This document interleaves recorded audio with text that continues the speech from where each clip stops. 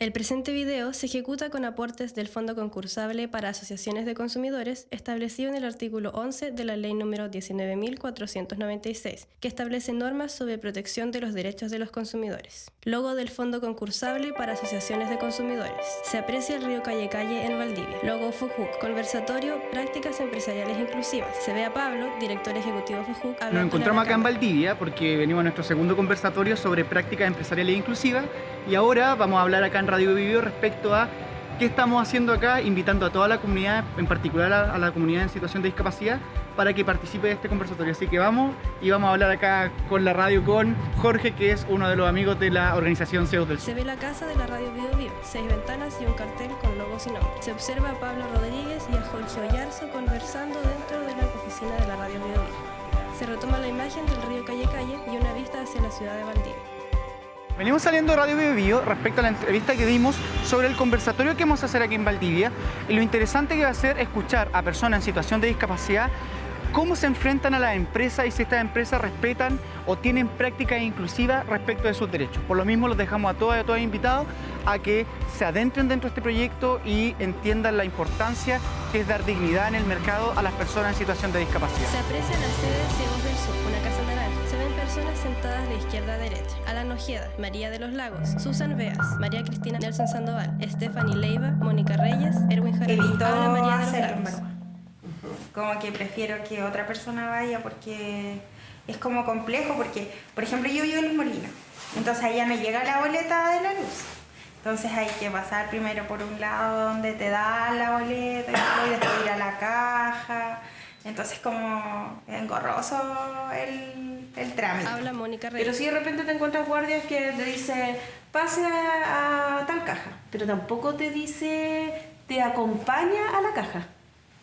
Entonces también es como que tienes que adivinar cuál es tu caja, la caja preferencial. Habla Erwin Fue al Jaramillo. Banco Santander a poblar una revista que me habían dicho de la AX, me mandaron un mensaje. La credencial de discapacidad me dijeron no hay ningún tipo de discapacidad. No, igual que todos los demás, tiene que esperar. Llegué a una fila larguísima, igual eso fue molesto para mí. Y para las personas ciegas también debe ser muy dificultoso esperar en la fila. El tiempo para ellos es mucho más largo. Y que no hay ayuda. Habla Mónica Reyes. Y lo otro es la poca accesibilidad al tema de las boletas. Igual dependo de otra persona que me esté leyendo el tema de cuando llega la boleta de luz a la casa. Habla María de los Lagos. Y el call center de SAESA es peor, porque es como ingresa el número del cliente. Ah, claro. Y el número del cliente es enorme, sí tiene como, no sé, como 12 dígitos. Entonces ya ahí con el teléfono, ya, obviamente como habla ya puedes marcarlo. Pero después ingrese su requerimiento y es como, tengo problemas con la luz, así está la luz cortada. Entonces, y ya le voy a dar un número y pregunte en media hora más cómo va su requerimiento.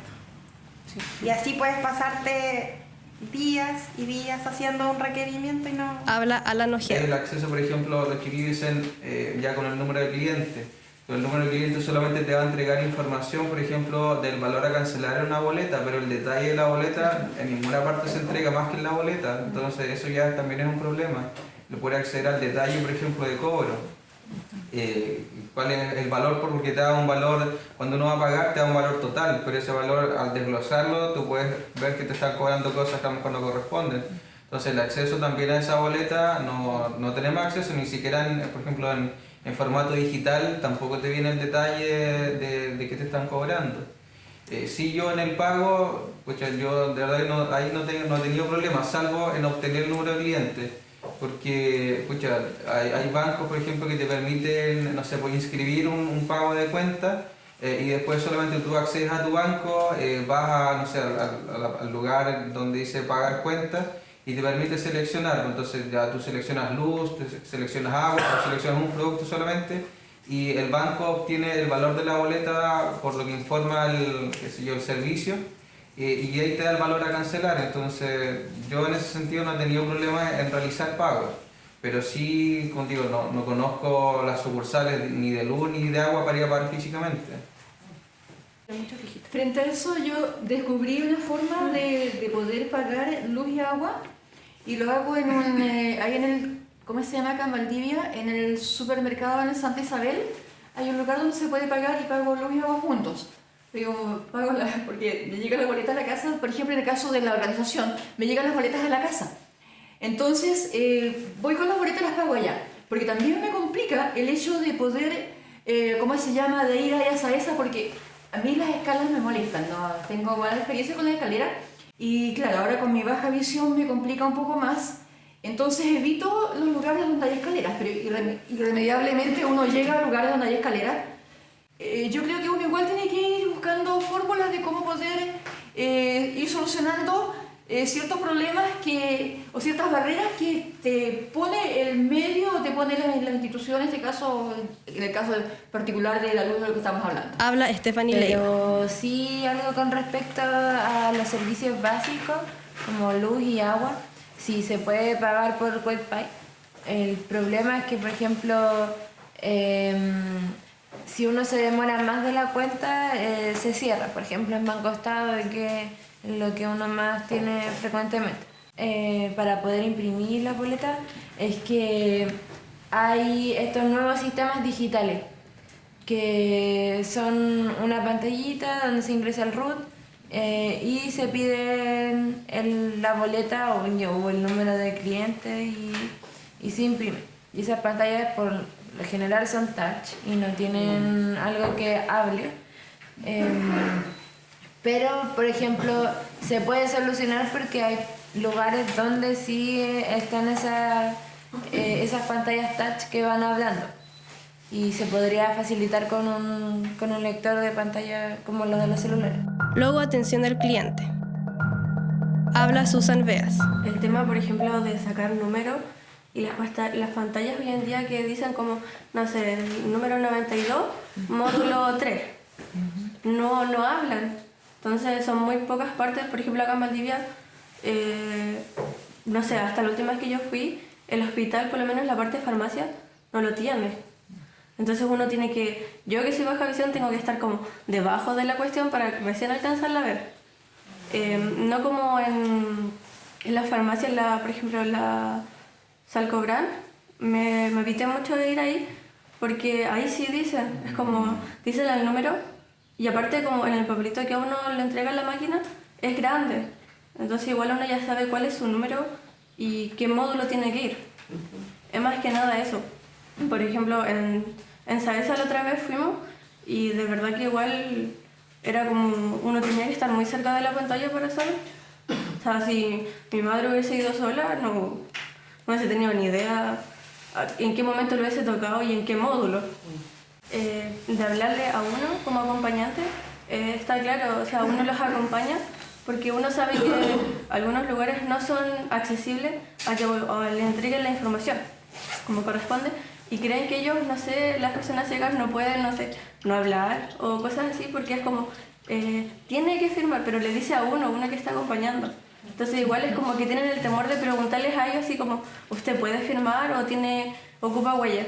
Pero le preguntan a uno como persona, entonces de repente creo que igual falta una parte de eso, como educar uno a ellos. Habla María Cristina. Información. Creo que les tienen temor de enfrentarse a las personas con alguna discapacidad. Ayer me tocó ir a la municipalidad, a las informaciones, porque andaba acompañando a una de las socias, a la Angélica, por un trámite que ella tiene que hacer. Y ella tiene baja visión, pero ve mucho menos que yo. Entonces, los datos de las cosas que tenían que preguntarle a ella, me los preguntaban a mí. Y la verdad, las cosas que yo no sabía mucho. Entonces, yo le dije, pero ella puede responder. Entonces, yo creo que las personas, en ese sentido, la gente que no tiene discapacidad, los que atienden a público, les da miedo enfrentarse a una persona en situación de discapacidad. Habla Erwin Jaramillo. Sí, las personas jóvenes saben un poco, les falta experiencia, estudiar sobre el tema de la discapacidad también. Eso es muy cierto. Veamos que quiere decir otra cosa. El otro día, en los doctores también les falta información para poder nosotros atendernos. El otro día yo fui por una molestia en el brazo, le mostré al médico que fue una molestia por el trabajo. Y tenían un alto de 2 metros para atender personas. Y yo esperaba y todas las personas iban pasando, iban bajando, y a mí no me atendían y era tarde, pasaba mucho tiempo. como de las 8 de la mañana hasta más o menos la 1 o las 2 de la tarde, más o menos. Yo estaba muy molesto también. Paciencia. ¿Cuándo me van a llamar a mí? Siempre me pasa lo mismo. Voy por un papel al médico, por las licencias.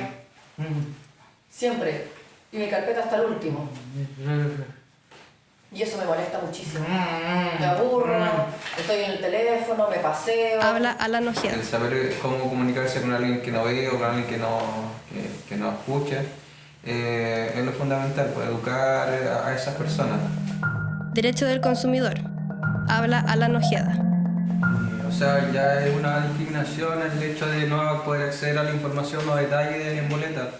Si ya vulnera un derecho, porque el derecho a la información o al contenido de la boleta, al saber que tú estás pagando. El detalle. Habla Stephanie Ley. Y ahí pasaría por un modelo como más médico de la discapacidad, más bien médico, que entiende que la persona tiene que adaptarse. Entonces ya, si por ejemplo yo tengo una aplicación en el celular, yo tengo que ver cómo me las arreglo. Pero si yo no tengo ese celular para que pueda... Porque no todos tenemos celulares que sean 100% accesibles.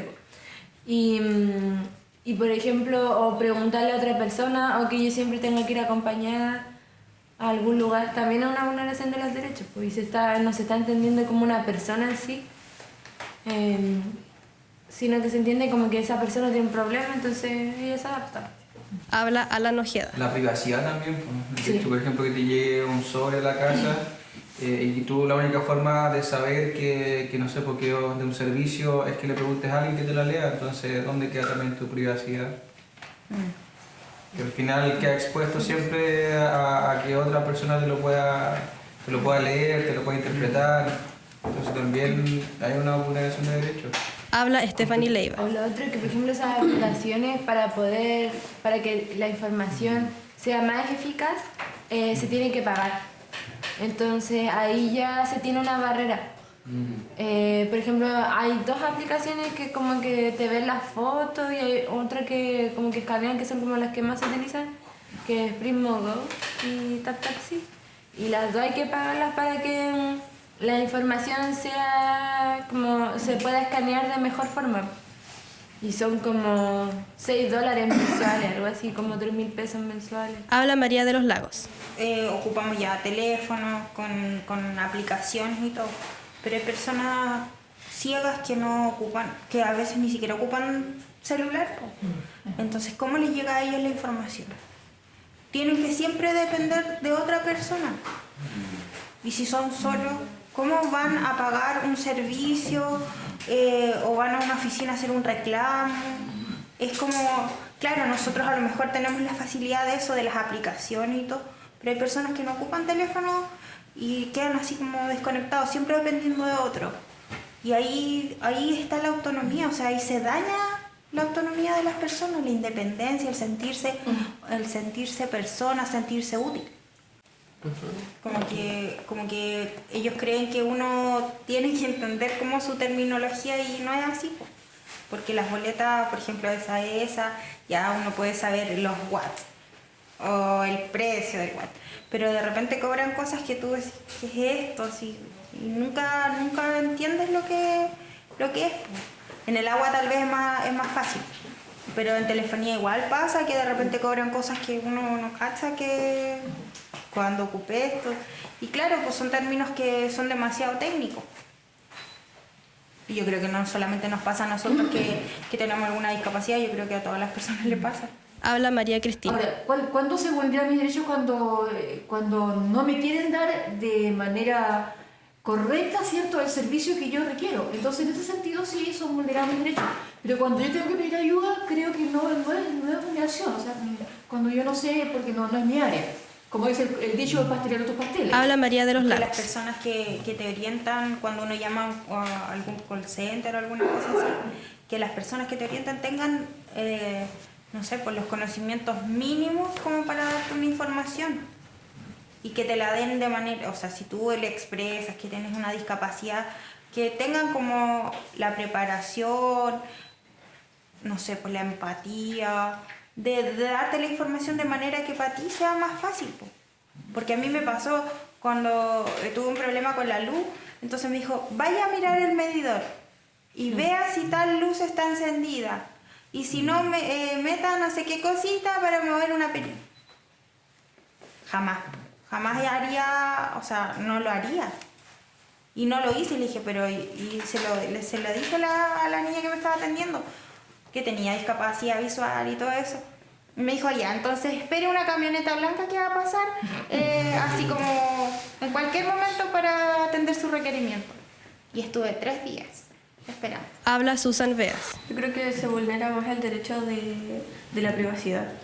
Porque, por ejemplo, en Aguas de Cima, yo no sé, por lo menos acá en Valdivia, dan la opción de uno dar por teléfono, como lo que sale en el medidor. La verdad es que yo que soy baja visión nunca he sabido leer el medidor de ahí porque no lo alcanzo a ver. Entonces, por ejemplo, eso de tener que tener el portón abierto para que lo vayan a ver igual es complicado para uno, porque si uno le pone portón a las casas es por seguridad. Entonces igual es un tema como muy importante, y que la gente de repente se enoje, así como uno diciéndole uno no, lo da por teléfono, y se enoje y sea de repente hasta prepotente, de repente igual a uno le vulneran los derechos de privacidad. Habla Alan Ojeda. O sea, a mí me gustaría como recalcar que no es por la buena onda que no sé, pues nos tengas que atender bien o entregar la información, sino que es nuestro derecho también a exigir que se nos entregue la información como corresponde.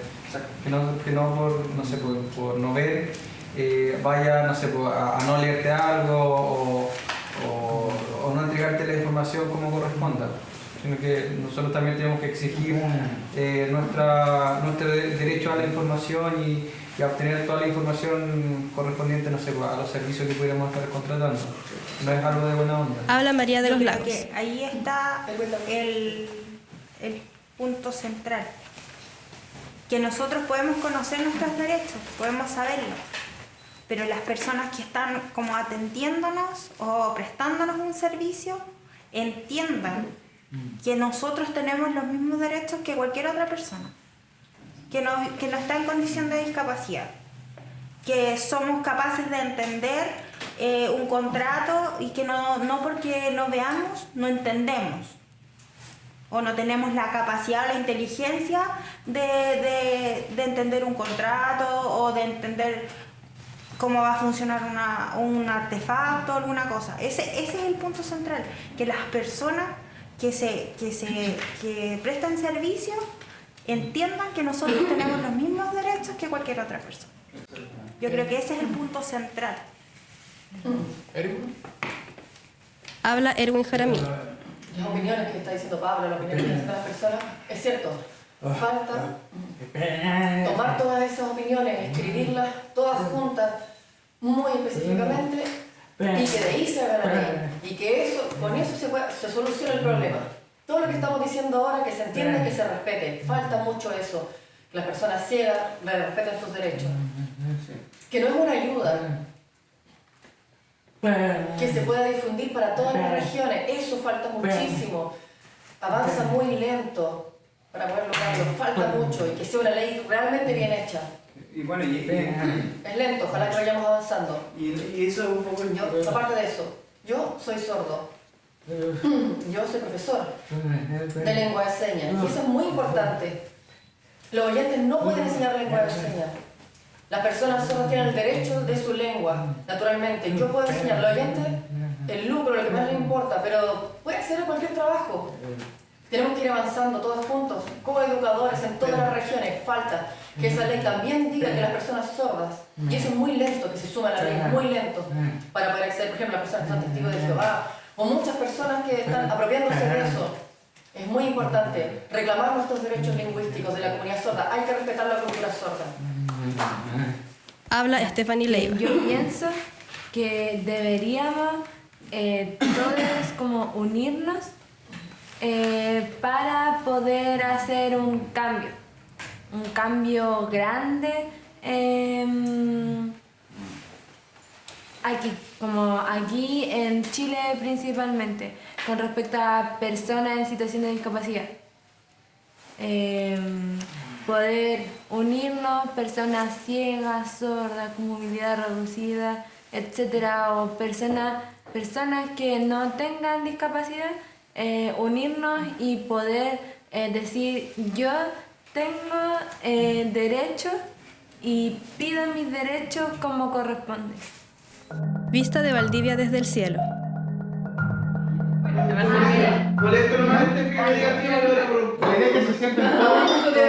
Se ve gente comiendo sobre una mesa.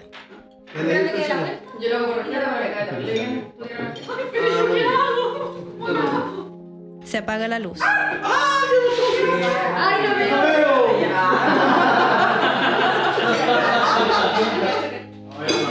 Once a ciegas.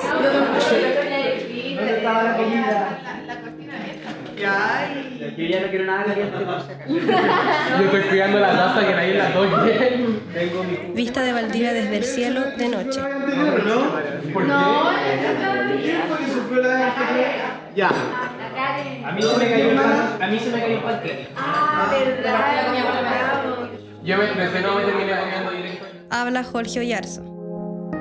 Ustedes tienen la bendición o la gran ventaja que es el enciende la luz y ustedes vuelven a su realidad.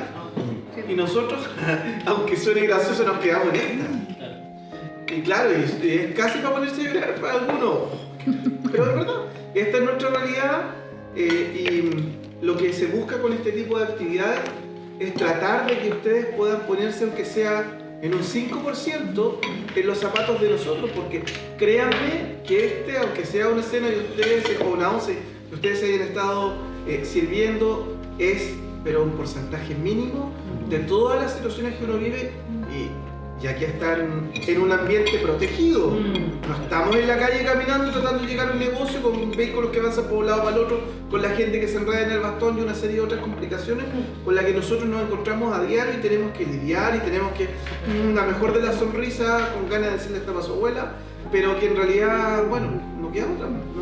Tampoco puedes irte en la mala por la vida. Habla Mónica Reyes. En un lugar, como dice Jorge, que ya ustedes lo vieron antes de apagar la luz, vieron cómo estaba la mesita. Y además hay relaciones de confianza con el otro. Exacto. Entonces nadie lo está mirando, que es distinto cuando uno sale y la minoría son los ciegos y la mayoría son gente que ve y están todos pendientes de cómo comen, si llevas comida en el tenedor, todas esas cosas. Habla María Cristina. Si no te dicen que te dejaron al frente, si el café o el pay, ¿cómo lleváis la mano? ¿Cachai? Va con la cuchara a meterle el pay y en la taza. O piensas que otra cosa y le pasas a llevar. Entonces, detallitos como eso, como que decirle, oye, lo que tienes al frente es esto y no sé, lo otro está delante a la izquierda, a la derecha, no sé.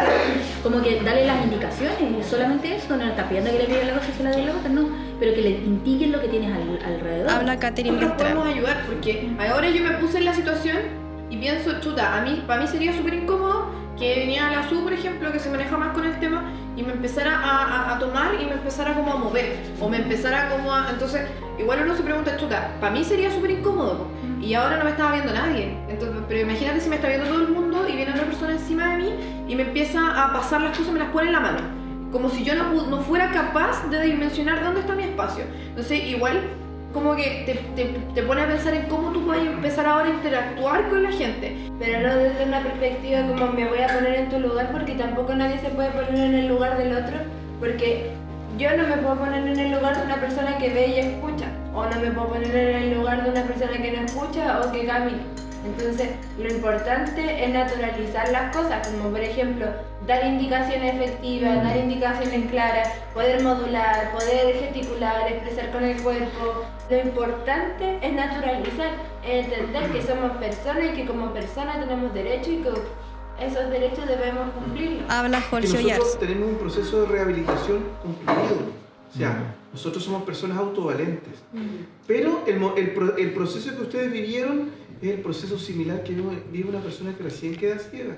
Que yo le comentaba a los chicos que estaban acá en el sector que yo lo viví, yo era prematuro, quedé ciego a los 12 años por un golpe jugando a la pelota en la cara y yo viví el proceso de asustarme, de tiritaba cuando caminaba por la calle porque no sabía que venía adelante, yo sabía que podía haber un hoyo, una vereda, una subida, una bajada, pero todo ese nivel de inseguridad que te da es porque la rehabilitación no está hecha.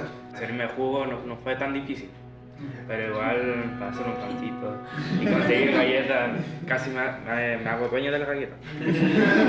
¿Las encontré? Sí, para que nadie la encuentre. Habla Stephanie Ley. Y está como, antes creo que estaba como en los manuales de psicología, que es pasar por un duelo perder la visión y es pasar por un duelo tener un hijo ciego, porque es algo que se vive y se sumen en una depresión, porque está tan valorado tener visión y ver bien, porque está hecho como el mundo muy visual y cada vez la tecnología te hace sentir más visual. Sí. Como te hace explorar menos tu sentido. Habla Jorge Oyarzo. Iniciar un trabajo importante con los colegios. Sí. Y de educar y de sensibilizar y de ir generando esos cambios, porque es la única manera de ir permitiendo que se genere un cambio cultural importante y que esos niños, tal vez de los que estamos acá, nunca vamos a ver un proceso tan importante de avance en torno a comprender la discapacidad, de vernos como iguales, de generar mayores oportunidades laborales y eso, pero por lo menos se va a dar un paso importante para que las futuras generaciones puedan tener algo que desde acá se comenzó a construir en su momento. Habla María Cristina. Entonces, si tú empiezas a generar esto como algo como súper cotidiano, que lo es, hay montones de personas, hay montones de familiares o amigos de tus amigos, después ya ni siquiera es tema, ni siquiera tienes que como que generar el cambio porque ya estás nomás. Habla Nelson Pero Sandoval. el tema lo vi en el cambio que hubo cuando yo entré a la universidad justamente a estudiar psicología, de que mucha gente ya estaba con la predisposición del tema de la inclusión. Habla Jorge Son Oyarzo. muy pocos los que no tienen ningún vínculo con personas con discapacidad y que estén comprometidos, y esas personas son las que hay que sacarle el sombrero y son ellos los que más nos van a ayudar a cambiar. Tenemos que hacer que esa persona que no necesariamente está vinculada al tema de la discapacidad se acerque y sea nuestro aliado, y por eso es tan importante el trabajo en conjunto. Se ve una fiesta valdiviana con fuegos artificiales y carros alegóricos.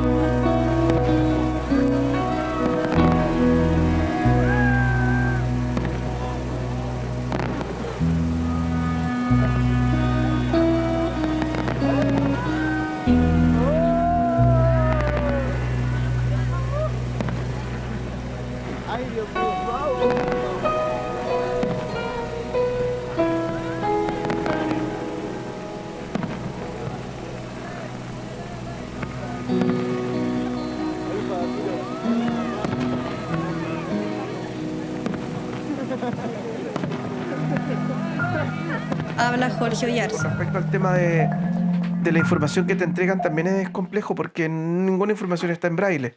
En Santiago sabemos que hay empresas que te entregan información, por ejemplo, tenemos entendido que Chilectra, por ejemplo, está entregando información en braille a las personas ciegas. Acá no hay ningún servicio de esas características. Por lo tanto, tú necesitas de un tercero para poder saber tu cuenta de luz o de agua, o incluso para la toma del medidor de agua, que es lo que hay que andar haciendo, dependiendo de poder sacar una foto para que alguien te pueda tomar el medidor, ¿no es cierto?, la medición del consumo. Entonces son una serie de factores, además de lo que ya decía, el tema de la accesibilidad, que en ocasiones también es complejo. Pero creo que la falta de capacitación en torno a cómo atender a una persona en situación de discapacidad, dependiendo si tiene discapacidad física o sensorial, es fundamental y es una de las cosas de las que falta y carecen todos los servicios públicos, incluyendo servicios básicos acá en Valdivia. Habla Alan Ojeda.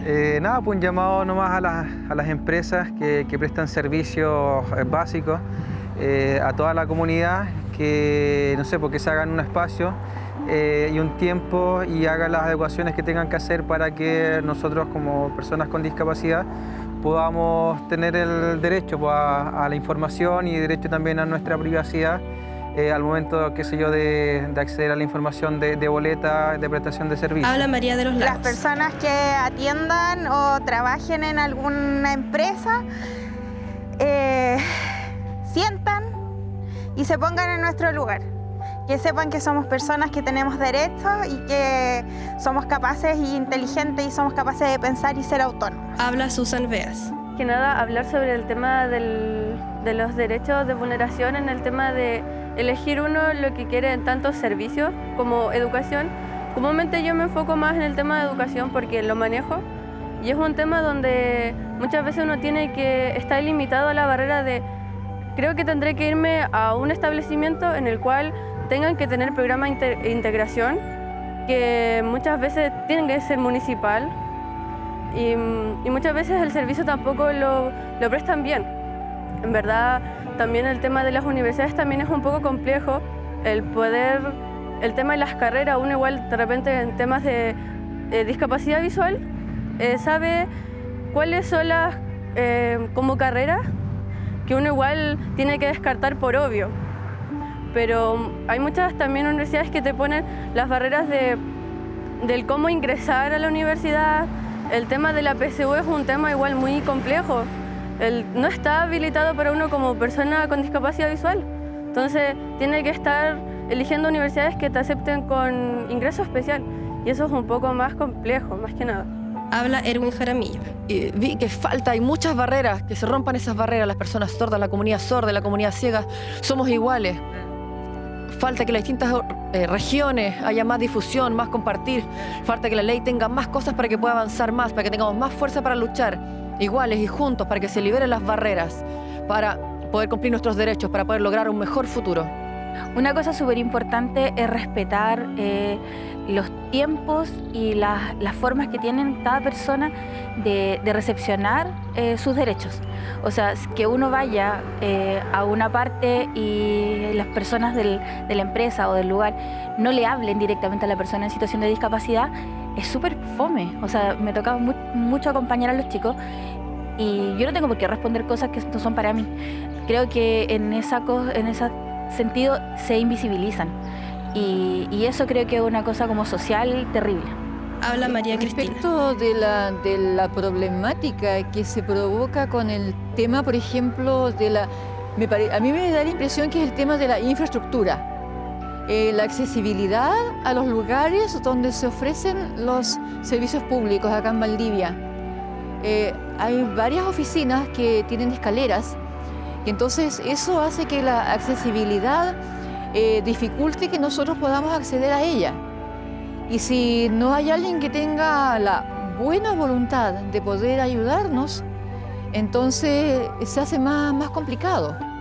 Creo que esa es la mayor problemática, el tema de la infraestructura, que no está preparada, no está adecuada para personas en situación de discapacidad, específicamente en el caso nuestro de discapacidad visual.